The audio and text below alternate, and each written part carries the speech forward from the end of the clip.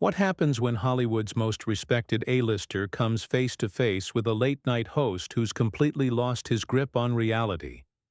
You won't believe what unfolds when George Clooney sits down for what should have been a routine promotional interview, only to find himself trapped in a verbal battlefield that would leave audiences stunned and questioning everything they thought they knew about their favorite talk show host.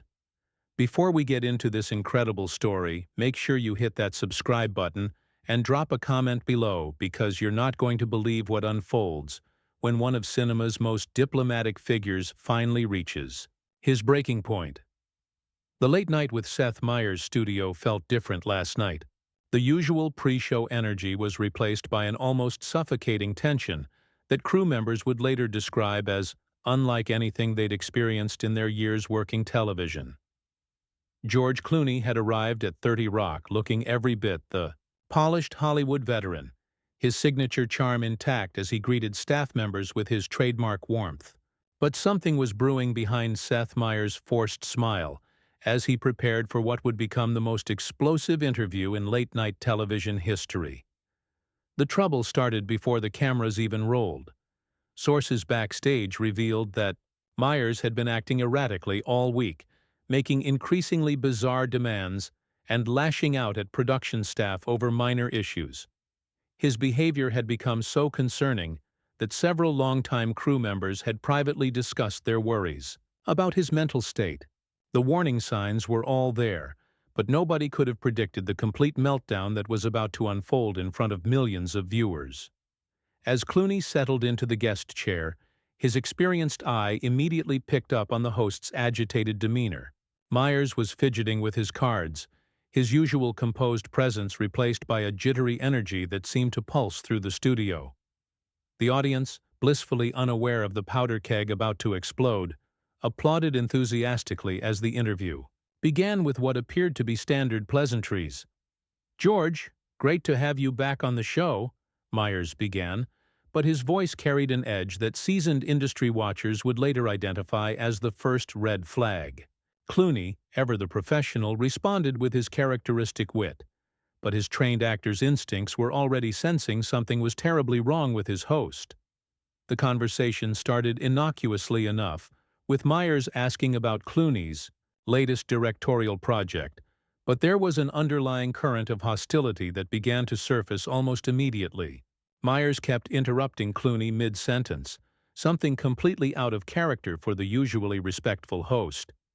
Each interruption grew more aggressive, more pointed, as if Meyers was deliberately trying to provoke a reaction from his guest.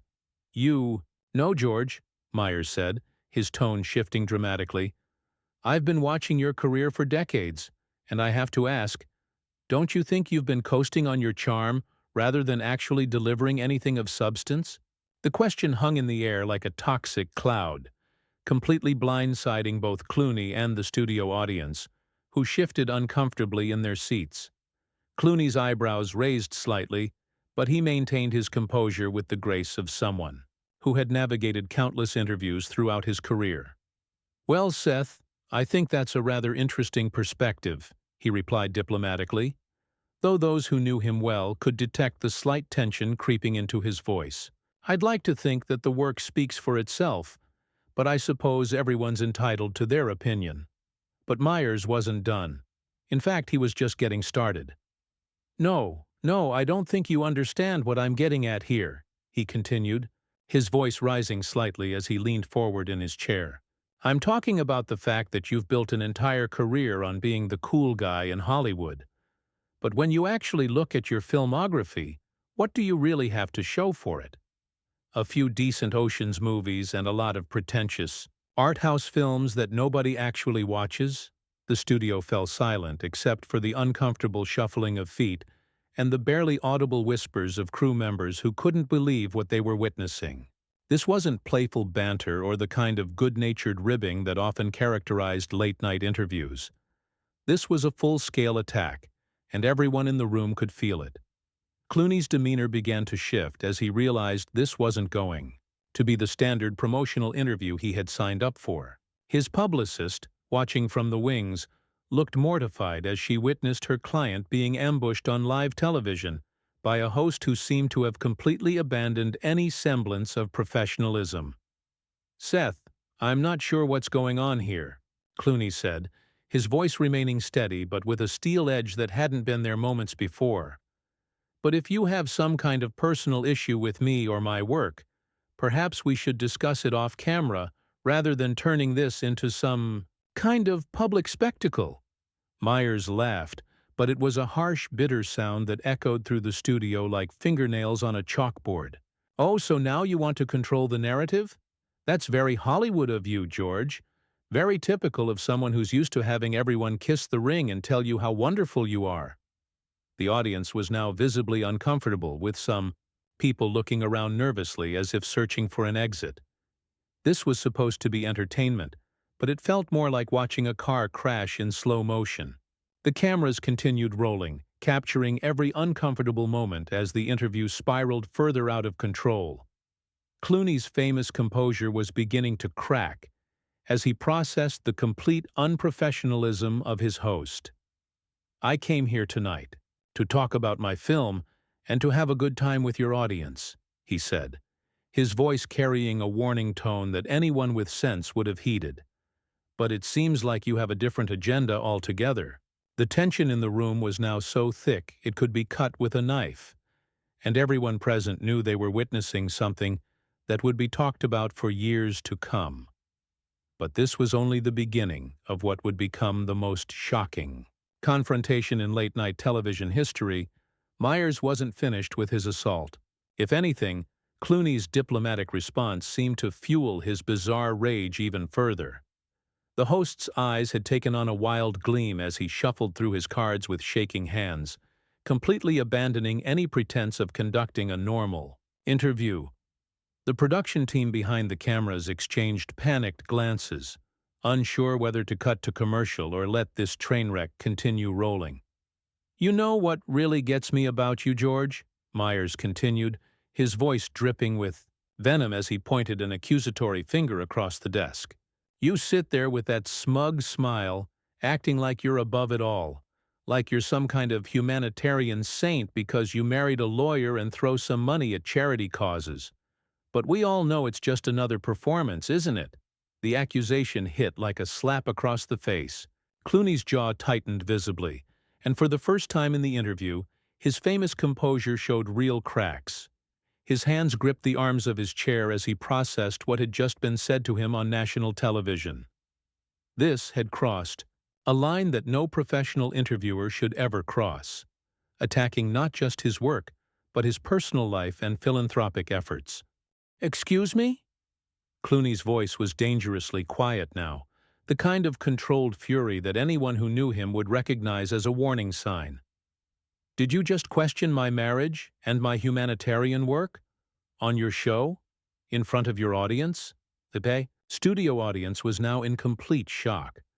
Several people in the front rows looked genuinely distressed, as if they were witnessing something they shouldn't be seeing. This wasn't entertainment anymore. This was a public humiliation attempt, and everyone could feel the devastating awkwardness of the moment. Meyers leaned back in his chair with a satisfied smirk, clearly pleased with himself for getting under Clooney's skin. "Oh, did I strike a nerve? I'm just saying what everyone in Hollywood is thinking but is too polite to say to your face. The whole George Clooney brand is just that, a brand. Carefully manufactured, meticulously maintained, and completely hollow underneath." The words hung in the air like poison gas. Clooney's publicist had moved closer to the set, her phone in hand, clearly debating whether to intervene or let her client handle this unprecedented situation. The crew members were frozen in place, witnessing what was essentially career suicide, happening in real time as their boss destroyed any remaining credibility he had as a professional host. "Seth," Clooney said, his voice now carrying the full weight of decades of experience dealing with difficult people in Hollywood, "I don't know what's happened to you tonight, or what personal issues you're dealing with, but this is completely inappropriate. You're embarrassing yourself, your show, and your network." But instead of backing down, Myers doubled down on his attack with the reckless abandon of someone who had completely lost touch with reality. Embarrassing myself? That's rich coming from someone who thinks making a few serious movies absolves him of starring in garbage like the later Ocean's films. At least I'm being honest about what I think instead of hiding behind that practiced Hollywood charm. The insult was delivered with such venom that several audience members audibly gasped. This wasn't just unprofessional. It was cruel and personal in a way that violated every unwritten rule of show business etiquette. Clooney's eyes flashed with genuine anger now, and those who had worked with him knew that when George Clooney got truly angry, it was a sight to behold. "You want honesty?" Clooney's voice cut through the studio like a knife. "Here's some honesty. For you, Seth. I've been in this business for over 30 years, and I've never encountered such unprofessional, disrespectful behavior from a host. What you're doing right now isn't journalism, it isn't entertainment, and it certainly isn't comedy. It's just sad." The words hit their target with surgical precision. Myers' smug expression faltered for just a moment, revealing something desperate and unhinged underneath. But rather than retreat, he pressed forward with even more vicious attacks, as if he was determined to burn every bridge in sight. Sad? You want to know what's sad, George? What's sad is watching someone coast on their looks and connections for 3 decades while pretending to be some kind of serious artist. What's sad is the way you've manipulated your image to make people think you're something special when you're just another pretty boy who got lucky. The studio fell into a stunned silence so complete that the only sound was the mechanical whir of the cameras continuing to record this disaster. Clooney sat perfectly still for a moment, processing the full scope of what had just been said to him.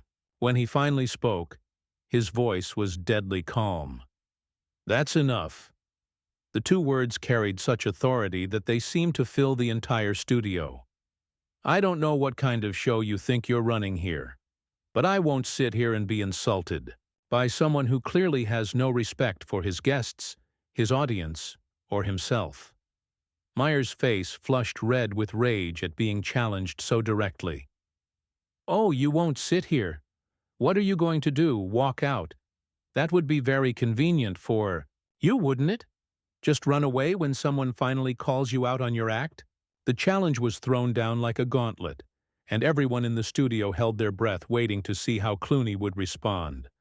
The camera operators continued filming, capturing every moment of this unprecedented breakdown of professional decorum. This was the point of no return, the moment when things would either be salvaged or explode into complete chaos. Clooney stood up slowly, his movements deliberate and controlled, despite the fury blazing in his eyes. The simple act of rising from his chair sent shockwaves through the studio, as everyone realized they were about to witness something that had never happened before in the history of late-night television. His tall frame towered over the desk, as he looked down at Myers with a mixture of disgust and pity that was more devastating than any shouted insult could have been.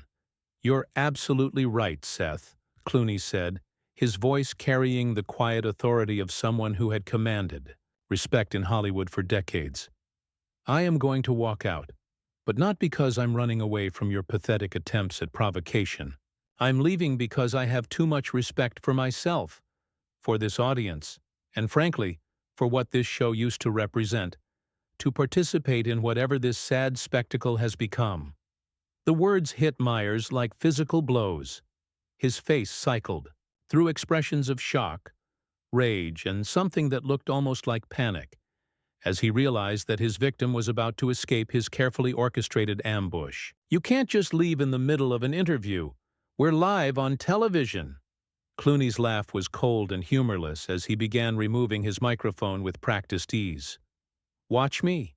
And while you're watching, maybe you should ask yourself, when you became the kind of person who thinks attacking guests on your own show is acceptable behavior.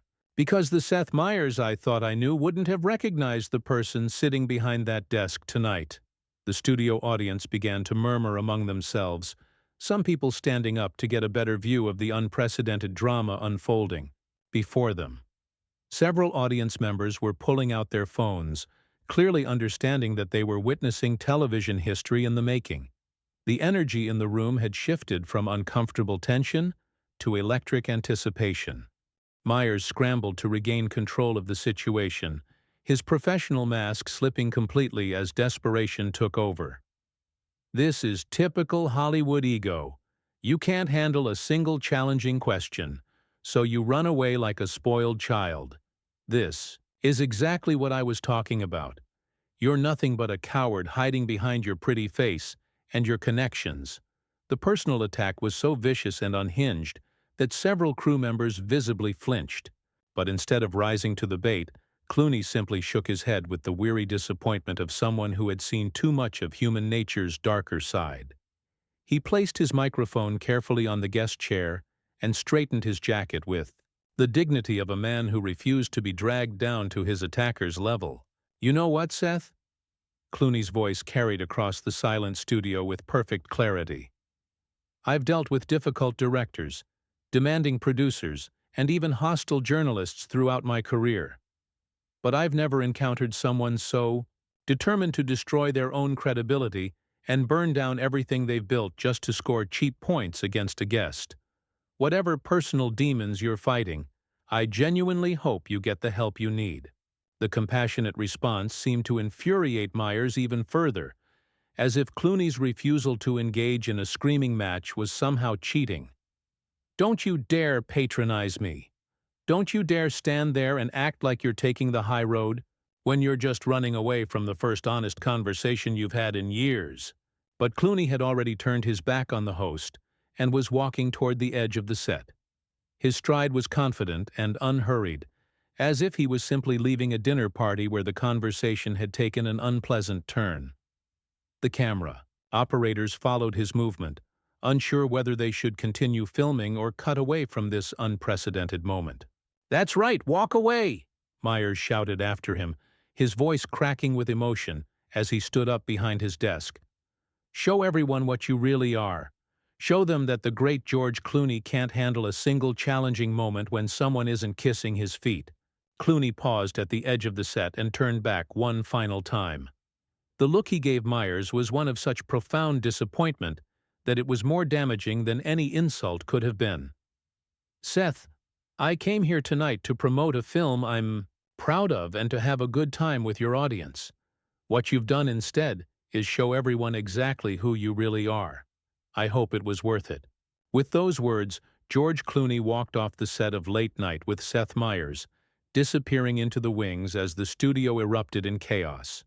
Audience members were talking loudly among themselves, some standing and applauding Clooney's dignified exit while others sat in stunned silence, unsure of what they had just witnessed.